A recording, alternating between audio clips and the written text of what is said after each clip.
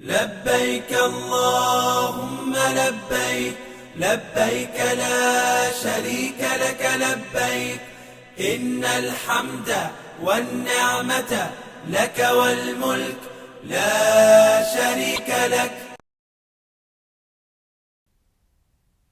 তালবিয়া পড়তে পড়তে আপনি মক্কায় এসে পৌঁছেছেন।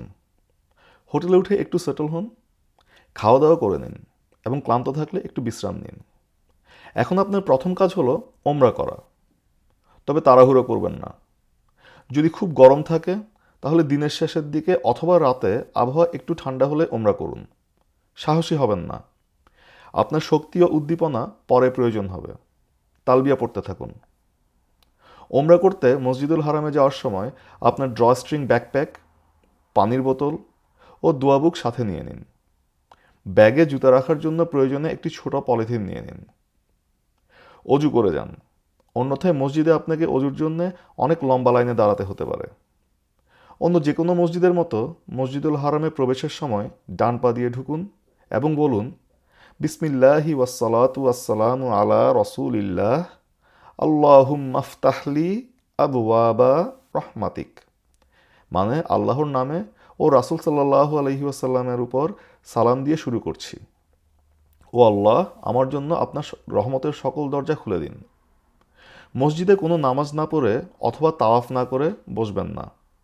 বসার প্রয়োজন হলে 2 রাকাত তাহিয়াতুল মসজিদ নামাজ পড়ে বসুন। আপনার গলায় ছবি সহ আইডি কার্ড থাকলে তা ব্যাগে ঢুকিয়ে রাখুন। মসজিদে ঢুকে আগাতে থাকুন। কাবা দেখার পর তালবিয়া পড়া বন্ধ করুন। কাবার চারপাশটা একটু চিনে নেওয়া যাক। নিচু সেমিসার্কেল ওয়ালটা হচ্ছে হিজর ইসমাইল বা হাতিম। এটি একসময় কাবার অংশ ছিল। পরে কোনো এক সময় সম্ভব হলে এখানে কিছু সুন্নাহ অথবা নফল নামাজ আদায়ের চেষ্টা করবেন। হাতিমে নামাজ পড়া মানে আপনি কাবার ভিতরেই নামাজ পড়ছেন। তবে হাতিমে নামাজ পড়ার জন্য ধাক্কাধাক্কি করে অন্যদের কষ্ট দিবেন না। কাঁচ এবং মেটাল দিয়ে ঘেরা অংশটা হচ্ছে মাকামে ইব্রাহিম। ইব্রাহিম আলাইহিসসালাম যে পাথরের উপর দাঁড়িয়ে কাবা নির্মাণ করেছিলেন তার পায়ের ছাপসহ সেই পাথরটি এখানে আছে। কাবার পূর্ব কোণে আছে হাজরে আসওয়াদ বা কালো পাথর। এই কর্নার থেকেই তাওয়াফ শুরু করা লাগে এবং মসজিদের ভিতর সব জায়গাতেই এই কর্নার বরাবর একটি গ্রিন লাইট দেখবেন, যা দ্বারা আপনি বুঝতে পারবেন যে আপনি হাজরে আসওয়াদ কর্নারে আছেন। আর কাবার দক্ষিণ কোণ হচ্ছে রুকন ইয়ামানি। হাজরে আসওয়াদ থেকে কাবার দরজা পর্যন্ত এলাকা হচ্ছে মুলতাজাম। সাহাবিরা এখানে দোয়া করতেন বলে জানা যায়। উমরার জন্য মসজিদে ঢুকে প্রথমেই আপনি তাওয়াফ করবেন। এক কথায় তাওয়াফ হচ্ছে কাবার চারপাশে 7টি চক্কর দেয়া এবং এরপরে 2 রাকাত নামাজ পড়া। তাওয়াফ করার জন্য অবশ্যই অজু থাকতে হবে। হারামে ফরজ নামাজ ছাড়া অন্য যে কোনো ইবাদতের মধ্যে তাওয়াফই উত্তম। তাওয়াফের সময় কিছু ব্যাপার মনে রাখবেন। তাওয়াফে কাবার চারপাশে অ্যান্টি ক্লকওয়াইজ 7টি চক্কর দিতে হবে। প্রতিটি চক্করের শুরু ও শেষ হবে হাজরে আসওয়াদ থেকে, মানে গ্রিন লাইট বরাবর। ফরজ নামাজের সময় অবশ্যই তাওয়াফ বন্ধ করে নামাজ পড়তে হবে এবং জানাজার নামাজে যোগ দিবেন। তাওয়াফ বন্ধের সময় যেই কটি সার্কিট কমপ্লিট করেছেন নামাজের পর সেখান থেকেই কন্টিনিউ করবেন। যদি আপনি একটি সার্কিটের মাঝপথে থাকেন তাহলে নিশ্চিত করুন যে জায়গায় থেমেছেন সেখান থেকেই শুরু করছেন, অন্যথায় সেই সার্কিট দিয়ে আবার শুরু করুন। তাওয়াফের সময় কোনো নেতার পিছনে দলবদ্ধভাবে কুরআন পড়া বা দোয়া করা এড়িয়ে চলুন। উচ্চস্বরে কোনো শব্দ করবেন না। গ্রিন লাইটের কাছে চলে যান। গ্রিন লাইট কোন দিকে না না বুঝলে মসজিদে তাওয়াফ শুরুর ডিরেকশন ফলো করুন। তাওয়াফ শুরুর আগে ইত্তিবা করে নিন, মানে আপনার ডান কাঁধ ওপেন করুন। উমরার তাওয়াফে আপনাকে প্রথম 3 সার্কিটে একটু দ্রুত হাঁটতে হবে, সম্ভব হলে আস্তে দৌড়ানোর মতো করে। একে বলে রামল। শুধু উমরার তাওয়াফে আপনাকে ইত্তিবা ও রামল করতে হবে। হজের তাওয়াফ, বিদায় তাওয়াফ কিংবা নফল তাওয়াফের ক্ষেত্রে ইহরামে থাকার প্রয়োজন নেই। ইত্তিবা এবং রামলও নেই। মনে রাখবেন, ইত্তিবা এবং রামল শুধুমাত্র পুরুষের জন্যেই।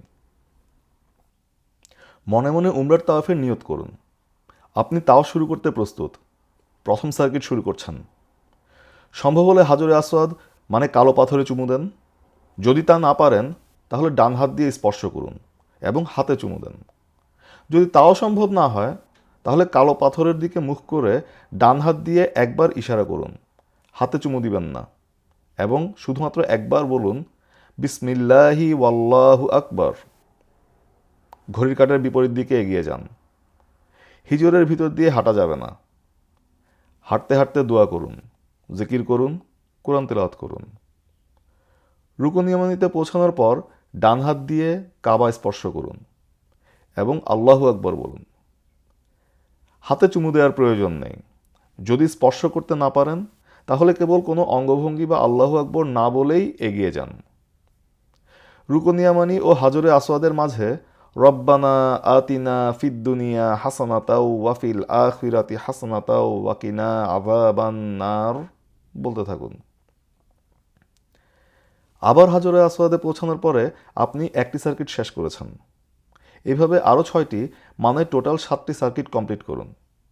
পরের সার্কিটগুলোতে একমাত্র পার্থক্য হচ্ছে এবার শুরুতে বিসমিল্লাহি ওয়াল্লাহু আকবরের পরিবর্তে শুধু আল্লাহু আকবর বলুন। তাওয়াফ শেষ করার পর সম্ভব হলে আপনার এবং কাবার মাঝে মাকামে ইব্রাহিম রেখে দাঁড়ান। সম্ভব না হলে মসজিদের যে কোনো জায়গায় যান, কারণ আপনি এখন 2 রাকাত নামাজ পড়বেন। নামাজের জায়গায় গিয়ে বলুন ওয়াত্তাখিযু মিন মাকামি ইব্রাহিমা মুসাল্লা। আপনার ডান কাঁধ ঢেকে নিন এবং 2 রাকাত নামাজ পড়ে নিন। সূরা ফাতিহার পরে প্রথম রাকাতে সূরা কাফিরুন ও দ্বিতীয় রাকাতে সূরা ইখলাস পড়া সুন্নাহ। 2 রাকাত নামাজ শেষ করে জমজমের কাছে গিয়ে জমজমের পানি পান করুন। রাসূল সাল্লাল্লাহু আলাইহি সাল্লাম বলেছেন, জমজমের পানি যে উদ্দেশ্যেই পান করা হোক এটি সেই কাজই করে। রাসূল সাল্লাল্লাহু আলাইহি সাল্লাম আরও বলেছেন, এটি তৃপ্তিদায়ক খাবার এবং নিরাময়কারী ওষুধ, 2 কাজই করে। জমজমের পানি দাঁড়িয়ে কিংবা বসে খাওয়া যায়। 3 চুমুকে খাওয়া এবং পেট ভরে খাওয়া সুন্নাহ। জমজমের পানি খেয়ে বলুন আল্লাহুম্মা ইন্নী আসআলুকা ইলমান নাফিআ ওয়া রিজকান ওয়াসিআ ওয়া শিফাআম মিন কুল্লি দা। হে আল্লাহ, আমাকে উপকারী জ্ঞান, প্রচুর রিজক এবং সকল রোগ থেকে আরোগ্য দান করুন। নফল তাওয়াফ বা বিদায়ী তাওয়াফ এখানেই শেষ। হজ ও উমরার জন্য এরপরে সাই করতে হবে। সাই করতে এগিয়ে যান। উমরার সাই অবশ্যই ইহরাম অবস্থায় করতে হবে। হজের সাইয়ের ক্ষেত্রে ইহরাম অবস্থায় থাকতে হয় না। আপনি যদি কোনো কারণে ইহরাম থেকে বের হওয়ার আগেই হজের সাই করতে চান তাতেও কোনো সমস্যা নেই। নফল সাই বলে কিছু নেই। সাই করার জন্য অজু থাকা ভালো, কিন্তু বাধ্যতামূলক নয়। সাইতে আপনাকে সাফা এবং মারওয়ার মধ্যে 7টি ল্যাপ সম্পন্ন করতে হবে। শুরু হবে সাফাতে। সাফা থেকে মারওয়া প্রথম ল্যাপ, মারওয়া থেকে সাফা দ্বিতীয় ল্যাপ, এভাবে আগাবে এবং মারওয়াতে 7ম ল্যাপ শেষ হবে। ফরজ নামাজের সময় অবশ্যই সাই বন্ধ করে নামাজ পড়তে হবে এবং জানাজার নামাজে যোগ দিবেন। সাই বন্ধের সময় যে কটি ল্যাপ কমপ্লিট করেছেন নামাজের পরে সেখান থেকেই কন্টিনিউ করবেন। যদি আপনি একটি ল্যাপের মাঝপথে থামেন তাহলে নিশ্চিত করুন যে জায়গায় থেমেছেন সেখান থেকেই শুরু করছেন, অন্যথায় সেই ল্যাপ দিয়ে আবার শুরু করুন। সাইর সময় কোনো নেতার পিছনে দলবদ্ধভাবে কোরআন পড়া বা দোয়া করা এড়িয়ে চলুন। অলস আড্ডা ও উচ্চস্বরে কোনো শব্দ করবেন না। সাফার দিকে এগিয়ে যান। সাফার কাছাকাছি পৌঁছানোর পর বলুন ইন্নাস সফা ওয়াল মারওয়াতা মিন শাআইরিল্লাহ। নিশ্চয়ই সাফা ও মারওয়া আল্লাহর নিদর্শনগুলোর একটি। এরপর বলুন আবদাউ বিমা বাদা আল্লাহু বিহ। আল্লাহ যা দিয়ে শুরু করেছেন আমিও তাই দিয়ে শুরু করছি। সাই শুরু করছেন। সাফায় উঠে কাবার দিকে ফিরে হাত তুলে বলুন লা ইলাহা ইল্লাল্লাহু ওয়াহদাহু লা শারীকা লাহু লাহুল মুলকু ওয়া লাহুল হামদু ওয়া হুয়া আলা কুল্লি শাইইন কদির। একমাত্র আল্লাহ ছাড়া কোনো ইলাহ নেই, তার কোনো শরিক নেই। রাজত্ব তারই, সমস্ত প্রশংসাও তার, আর তিনি সকল কিছুর উপর ক্ষমতাবান। লা ইলাহা ইল্লাল্লাহু ওয়াহদাহ। একমাত্র আল্লাহ ছাড়া কোনো হক ইলাহ নেই। আনজাজা ওয়াদাহ, তিনি তার ওয়াদা পূর্ণ করেছেন। ওয়া নাসারা আবদাহ, তিনি তার বান্দাকে সাহায্য করেছেন। ওয়া হাজামাল আহজাবা ওয়াহদাহ, আর তিনি সকল বিরোধী দলগোষ্ঠীকে একাই পরাস্ত করেছেন। এই দোয়াটি 3 বার বলুন এবং প্রথম 2 বারের পর আপনার নিজের কিছু দোয়া করুন। মানে এই দোয়া, নিজের দোয়া, আবার এই দোয়া, আবার নিজের দোয়া, আবার এই দোয়া। কাবার দিকে আপনার হাতের তালু দেখিয়ে দোয়া করবেন না। তাওয়াফের মতো হাত দিয়ে কাবার দিকে ইশারা করবেন না। মারোয়ার দিকে হাঁটুন। হাঁটতে হাঁটতে দোয়া করুন, জিকির করুন, কোরআন তিলাওয়াত করুন। সবুজ লাইট যতটুকু এলাকায় আছে তাতে পুরুষরা দৌড়াবেন, মহিলারা দৌড়াবেন না। যদি ভিড়ের মধ্যে সাথে থাকা মহিলাদের হারানোর ঝুঁকি থাকে তাহলে পুরুষদের দ্রুত দৌড়ানো এড়িয়ে চলা উচিত। মারোয়ায় পৌঁছানোর পর প্রথম ল্যাপ কমপ্লিট হয়েছে। সাফায় উঠে যা করেছিলেন এখানেও তা করুন। সাফা এবং মারোয়ায় এই পদ্ধতিটি পুনরাবৃত্তি করুন যতক্ষণ না আপনি আপনার 7ম ল্যাপ মারোয়ায় শেষ করছেন। মারোয়ায় 7ম ল্যাপের শেষে দোয়া করার প্রয়োজন নেই। আপনার সাই শেষ হয়েছে। সাই শেষ করে মসজিদুল হারাম থেকে বের হওয়ার সময় অন্য যে কোনো মসজিদের মতো বাম পা দিয়ে বের হন এবং বলুন, বিসমিল্লাহি ওয়াসসালাতু ওয়াসসালামু আলা রাসূলিল্লাহ আল্লাহুম্মা ইন্নী আসআলুকা মিন ফাদলিক। মানে আল্লাহর নামে ও রাসূল সাল্লাল্লাহু আলাইহি সাল্লামের উপর সালাম দিয়ে শুরু করছি। ও আল্লাহ, আমি আপনার অনুগ্রহ প্রার্থনা করছি। ইহরাম থেকে বের হওয়ার জন্য পুরুষরা সেলুনে গিয়ে মাথা শেভ করে নিন অথবা চুল কেটে নিন এবং মহিলারা হোটেলে গিয়ে চুলগুলো একসাথে ধরে কাঁচি দিয়ে 1 ইঞ্চি পরিমাণ কেটে ফেলুন। রাসূল সাল্লাল্লাহু আলাইহি সাল্লাম আল্লাহর কাছে দোয়া করে বলেন, হে আল্লাহ, যারা মাথা শেভ করে তাদের ক্ষমা করুন। সাহাবারা জিজ্ঞেস করলেন, আর যারা চুল ছোট করে? রাসূল সাল্লাল্লাহু আলাইহি সাল্লাম আবার বললেন, হে আল্লাহ, যারা মাথা শেভ করে তাদের ক্ষমা করুন। সাহাবারা আবার জিজ্ঞেস করলেন, যারা চুল ছোট করে? রাসূল সাল্লাল্লাহু আলাইহি সাল্লাম 3য় বার বললেন, যারা মাথা শেভ করে তাদের ক্ষমা করুন এবং যারা চুল ছোট করে তাদেরও। তাহলে বোঝা যাচ্ছে অবশ্যই মাথা শেভ করাই উত্তম। তবে আপনি যদি হজের খুব কাছাকাছি সময় উমরা করেন তাহলে চুল ছোট করে কিছু চুল রেখে দেওয়া উচিত, কারণ 10ম জিলহজে মাথা শেভ করা উত্তম। চুল কাটার পর আপনার উমরাহ সম্পন্ন হয়েছে এবং আপনি ইহরাম থেকে বেরিয়ে এসেছেন। এখন আপনি আপনার স্বাভাবিক পোশাক পরিবর্তন করে নিতে পারেন। উমরার পুরস্কার কি? রাসূল সাল্লাল্লাহু আলাইহি সাল্লাম বলেছেন, একটি উমরা হলো পরবর্তী উমরা এবং এর মধ্যে করা সকল পাপ মাফের একটি মাধ্যম। সংক্ষেপে, উমরা হলো এই কাজগুলো ক্রমানুসারে করা। ইহরামের কাপড় পরে মিকাতে লাব্বাইক আল্লাহুম্মা উমরাহ বলার মাধ্যমে ইহরামে প্রবেশ করা, তাওয়াফ করা এবং এরপরে 2 রাকাত নামাজ পড়া, সাই করা, এরপর চুল কেটে ইহরাম থেকে বের হয়ে আসা। মিকাত বা ইহরামের কোনো নিয়ম ভঙ্গ করলে অথবা হজের কোনো ওয়াজিব বাদ গেলে এর ক্ষতিপূরণের উপায় হচ্ছে ফিদিয়া বা দম দেয়া।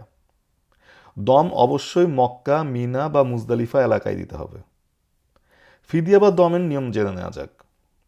ইহরাম ছাড়া মিকাত ক্রস করলে দম হিসেবে একটি ভেড়া বা ছাগল কোরবান করতে হবে। সজ্ঞানে ইহরামের নিয়ম ভাঙলে, যেমন চুল নখ কাটা, পুরুষের সুগন্ধি লাগানো, ফিটিং পোশাক পরা, মাথা ঢেকে রাখা ইত্যাদি, একটি ভেড়া বা ছাগল কোরবানি ছাড়াও 3 দিন রোজা রাখা অথবা 6 জন মিসকিনকে খাওয়ানোর মাধ্যমেও দম দেওয়া যায়। আর ভুল করে বা নিয়ম না জানার কারণে বা কোনো কারণে বাধ্য হয়ে বা ঘুমিয়ে থাকার কারণে ইহরামের নিয়ম ভাঙলে কোনো দম দেওয়ার প্রয়োজন নেই। হজের কোনো ওয়াজিব বাদ পড়লে দম হচ্ছে একটি ভেড়া বা ছাগল কোরবানি দেয়া। বিনা কারণে ইচ্ছাকৃতভাবে কোনো ওয়াজিব বাদ দেওয়ার জন্য দম দেওয়া উচিত নয়।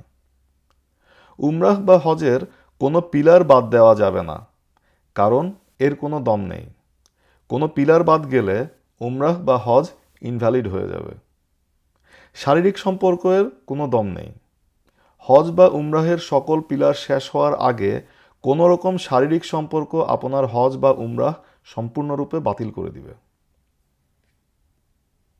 উমরা ও হজের মধ্যবর্তী সময়ে প্রতি ওয়াক্তে ফরজ নামাজ হারামে পড়ার চেষ্টা করুন, কারণ হারামে এক নামাজ অন্যত্র 1,00,000 নামাজের চেয়ে উত্তম। কোরআন, নফল নামাজ এবং নফল তাওয়াফ দিয়ে নিজেকে ব্যস্ত রাখুন।